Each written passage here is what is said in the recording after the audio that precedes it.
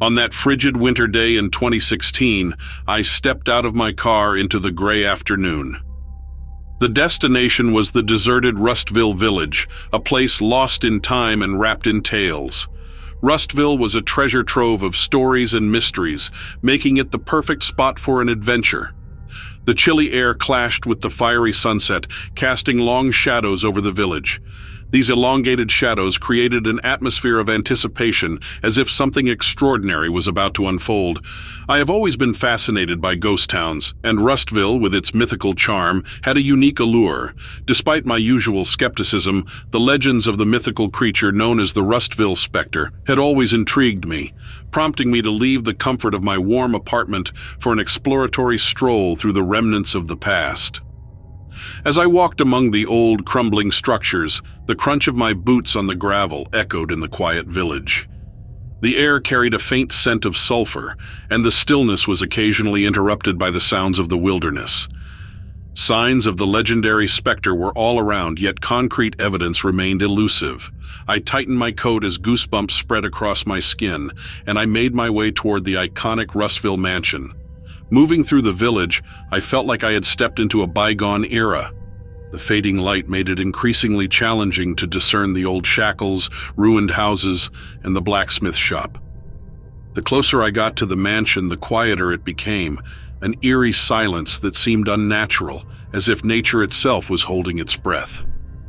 During my solitary exploration, an unsettling feeling crept over me, a sense of being observed, not in a comforting way, but rather like an unwelcome intruder on sacred ground. Despite my attempts to dismiss it, the sensation lingered. I laughed off the unease, reassuring myself that it was just my imagination. I focused on the path ahead, resisting the temptation to constantly glance at the surrounding woods and dilapidated buildings. Nothing appeared out of the ordinary, yet the nagging feeling persisted. Just as I took a step back towards the path, I heard the rustle of leaves behind me. With growing curiosity, I turned around, eager to uncover the source of the disturbance.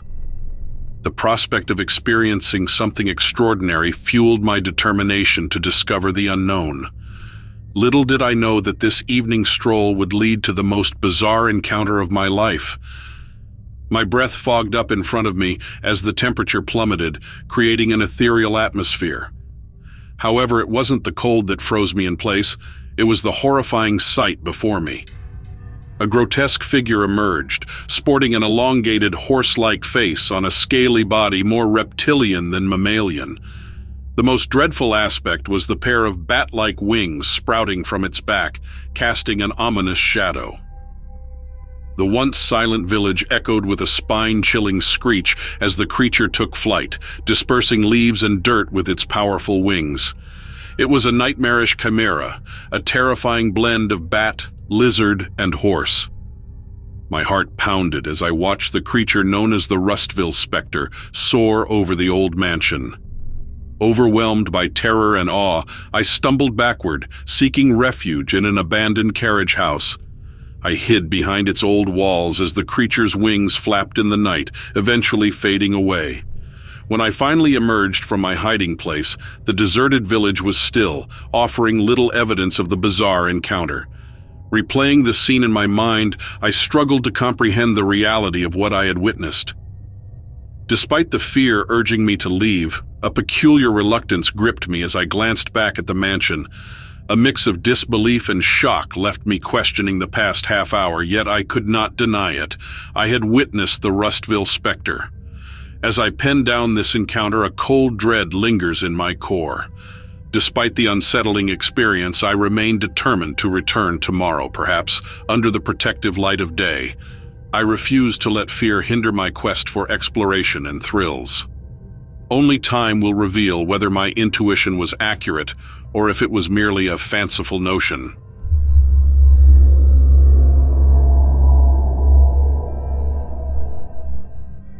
Not typically one to share my adventures, I stumbled upon your channel and thought, why not share my unusual experience? Last weekend, I decided to be adventurous and explore the depths of Hidden Hollow Cave in Utah. Little did I know I was about to encounter something straight out of a nightmare. I brought along some basic gear, a flashlight, some snacks, and of course, my curiosity. As I ventured into the subterranean maze of Hidden Hollow Cave, the air got thicker and the echoes became more pronounced. It was like stepping into another world. As I maneuvered through the winding tunnels, I stumbled upon an uncharted passage that seemed to beckon me for some odd reason. Curiosity got the better of me and I pushed deeper, reaching an ancient chamber that felt untouched by time. The atmosphere shifted and an indescribable energy hung in the air. The cavern, adorned with peculiar rock formations, felt like a portal to something beyond the realm of the living, and that's when I spotted it. In the dim glow of my flashlight, I saw a malevolent spectre silently moving within the shadows. Its elongated limbs seemed to blend with the grotesque rock formations, creating a nightmare-inducing dance. The eyes, if you could even call them that, glowed with a darkness that left me questioning my sanity. I stood there frozen in the eerie silence as the malevolent spectre continued its unsettling motions. It was like witnessing a malevolent force that had been dormant for centuries, awakened by my intrusive presence. The air grew colder, and a sense of dread settled in the pit of my stomach. Now here's the kicker. This encounter was no joke. No frozen screens, no disappearing acts. Just an ancient chamber, a malevolent spectre, and me, caught in the midst of an otherworldly nightmare. After locking eyes with the malevolent spectre, the ancient chamber seemed to pulsate with an ominous energy. The air, now thicker than ever, echoed with the silent whispers of secrets buried beneath the cave's surface. Driven by a mix of terror and curiosity, I pressed forward into the cavern.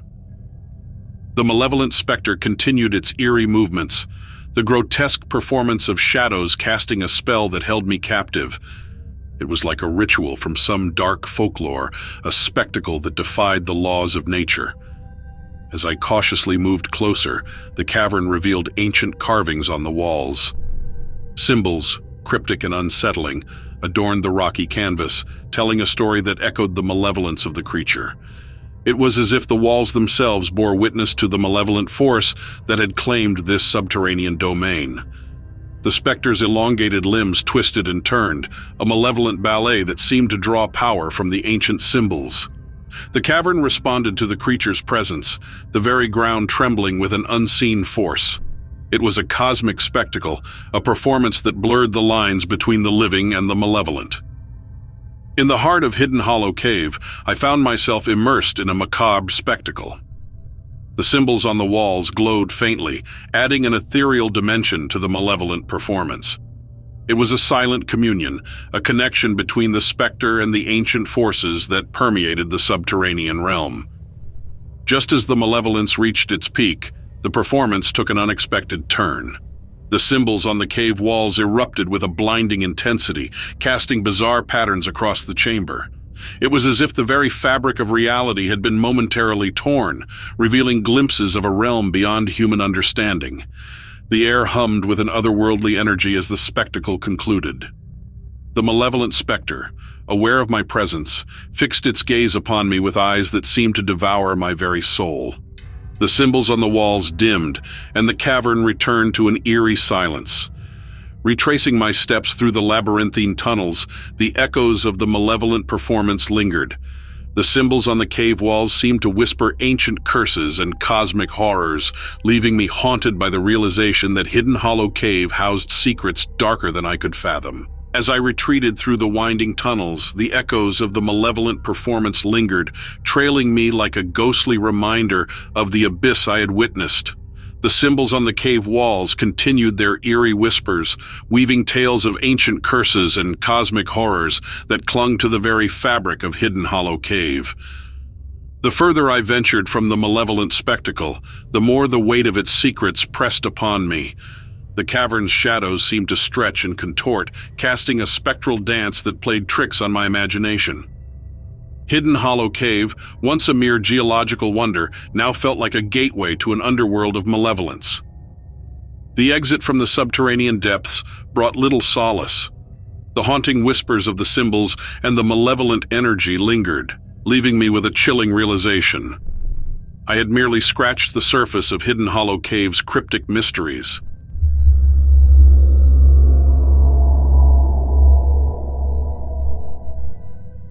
I've got an amazing story fresh from the depths of the Okefenokee swamps in Georgia.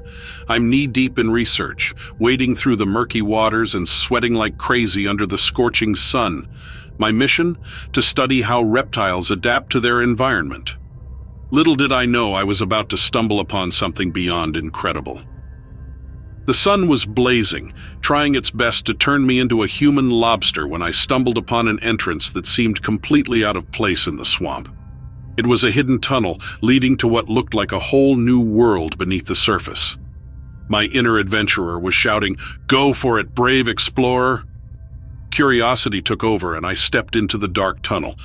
The air grew thick and all I could hear was the squelching of my boots and the distant hum of the swamp.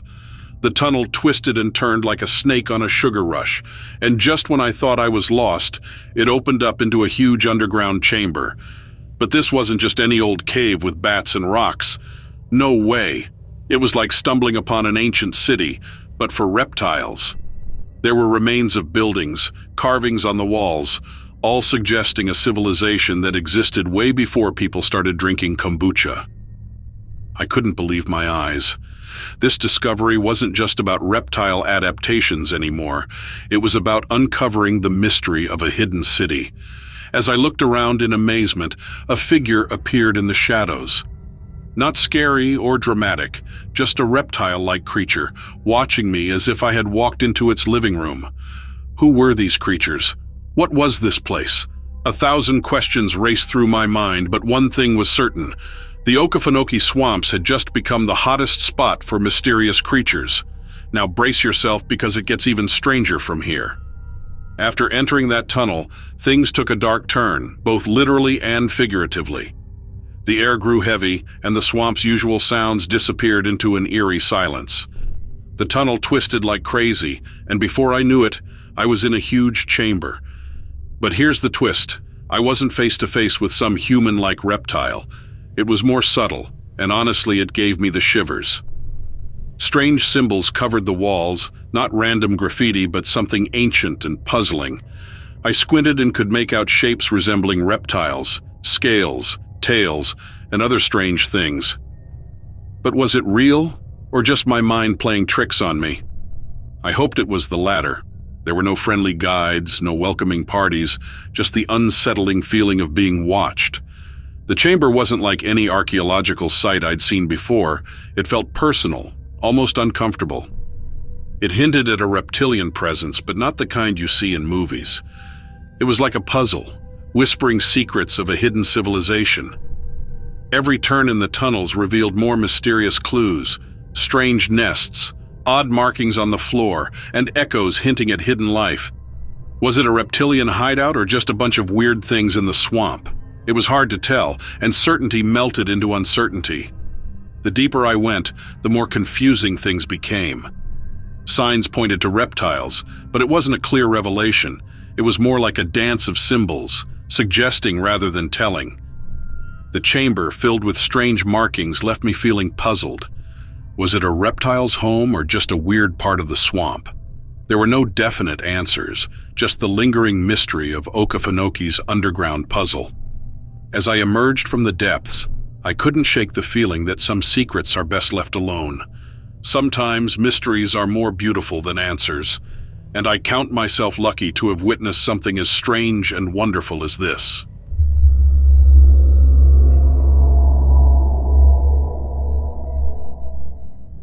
I live in a small town named Willow Creek in Indiana. It's so small that we do not even have a mayor or anything like that. The town sits by the Willow Creek, and I work for a company that rents out canoes and kayaks.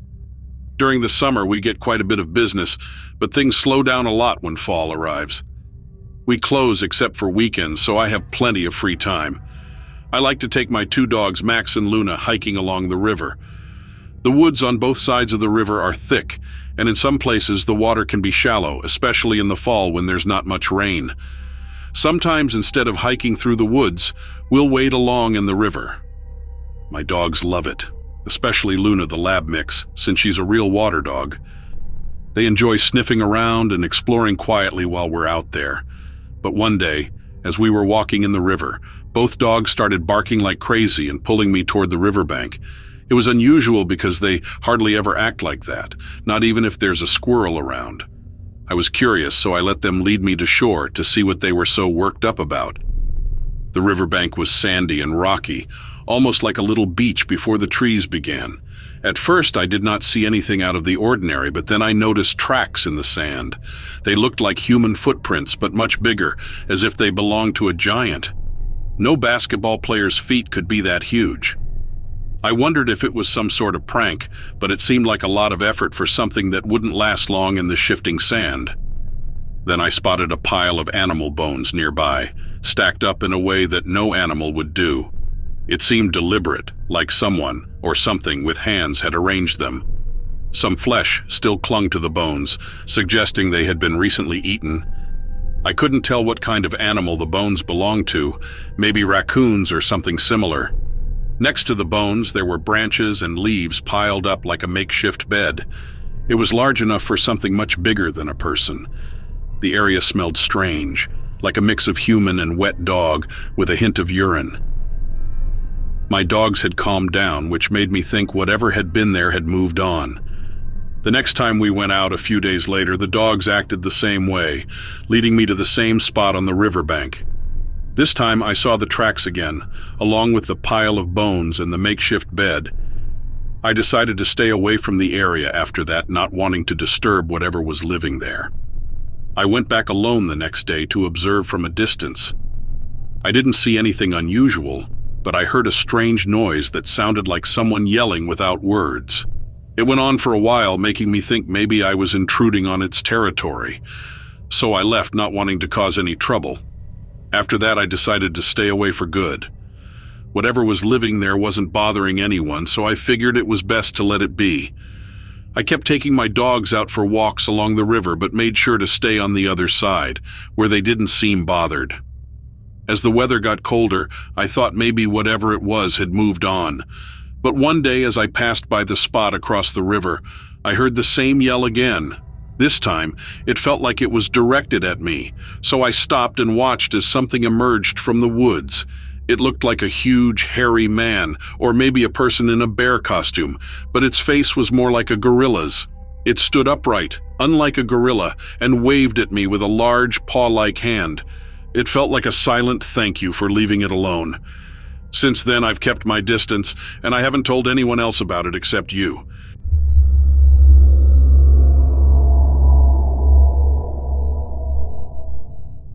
Let me tell you a story that's been on my mind for almost 5 years now.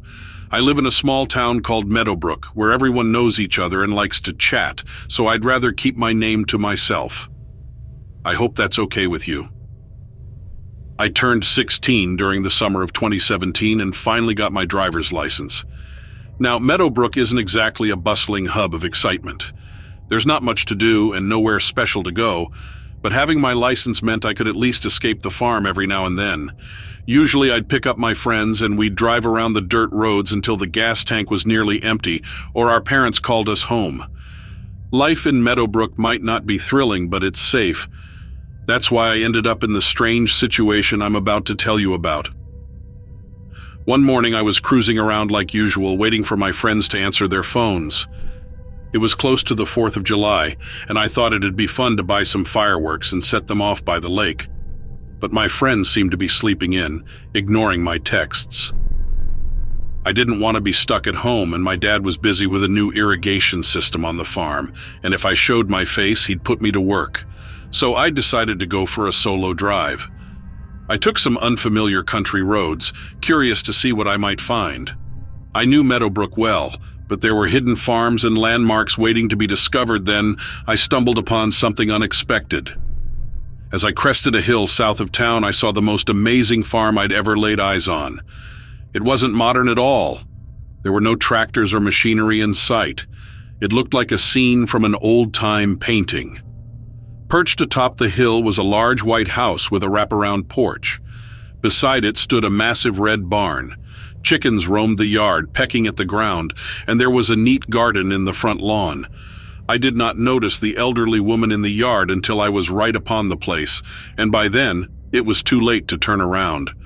The road was a dead end, and my only option was to stop in her driveway. She approached my car and tapped on the window. It would have been rude to ignore her, so I rolled it down. "Nice car," she said, as if she knew me. It was just a beat-up old Toyota, nothing special. I thanked her and explained that I was just out for a drive, but she was delighted to have me there and insisted I come inside. Meadowbrook is a friendly and safe place, so I didn't hesitate. Besides, I didn't have any other plans for the day. Inside her house, everything was spotless but old-fashioned. She sliced some fresh bread, and we sat at the kitchen table chatting for hours. She had fascinating stories, and she seemed genuinely interested in my life. When I finally said I had to leave, she asked me for one favor, to fetch her a pail of water from the well outside. I was surprised they didn't have running water, but I agreed and got her the water. Feeling a bit sad to leave her alone, I promised to come back the next day with my mom and maybe we could help her out somehow. True to my word, I told my mom about the old woman, and despite being mad that I'd been gone all day, she agreed to come with me, but when we returned the next day, we were shocked by what we found. The barn had collapsed, the garden was overrun, and the house was in ruins. It was as if the place had been abandoned for years, and right in the middle of the kitchen floor was the pail of water I'd brought the day before. The old woman was nowhere to be seen. I've driven by that house many times since, but it's never looked the same. I can't explain what happened that day.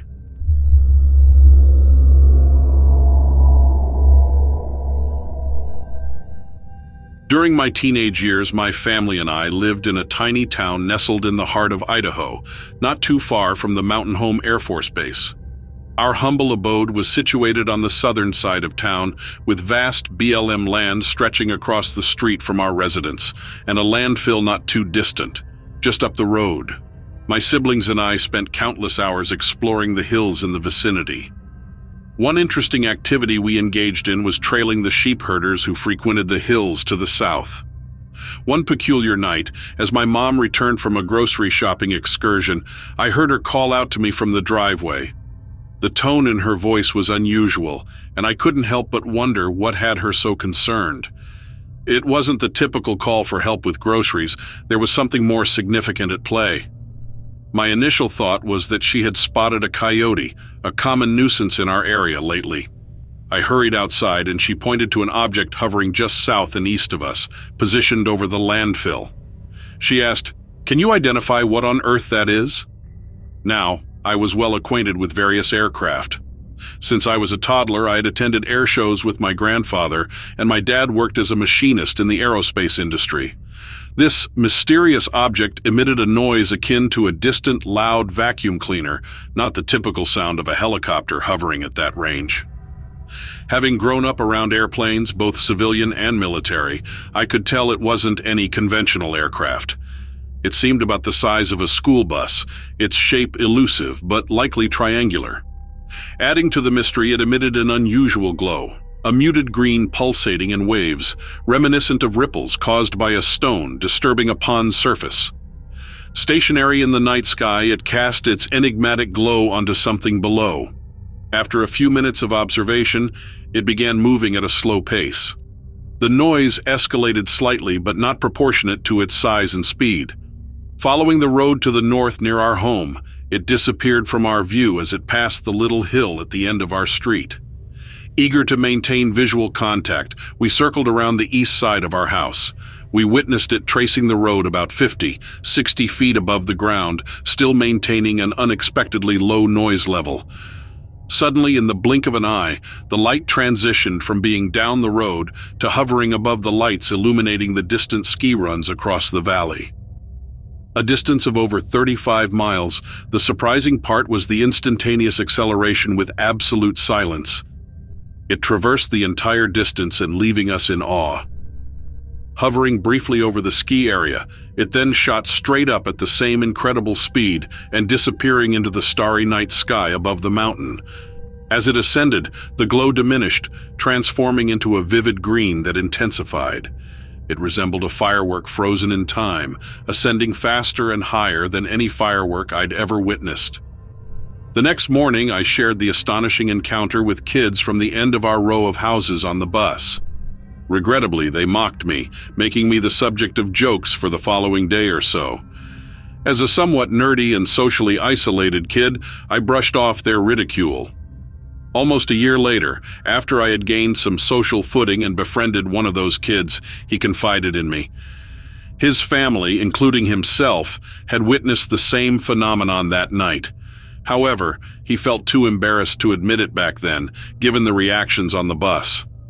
His parents had cautioned him against sharing their experience, fearing that people would dismiss them as crazy. This revelation occurred in the early 2000s, and it wasn't until later in my life that I pursued a career as an intelligence analyst, specializing in ground, sea, and air order of battle. Throughout my military career, I delved into the study of equipment imagery, comprehending their functions, and relaying critical information to fulfill operational needs.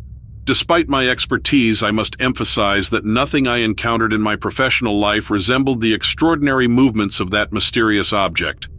While I remain confident in what I witnessed, I don't foresee receiving a satisfactory explanation for that remarkable encounter. It stands as an enduring enigma in my life, defying any conventional understanding or classification.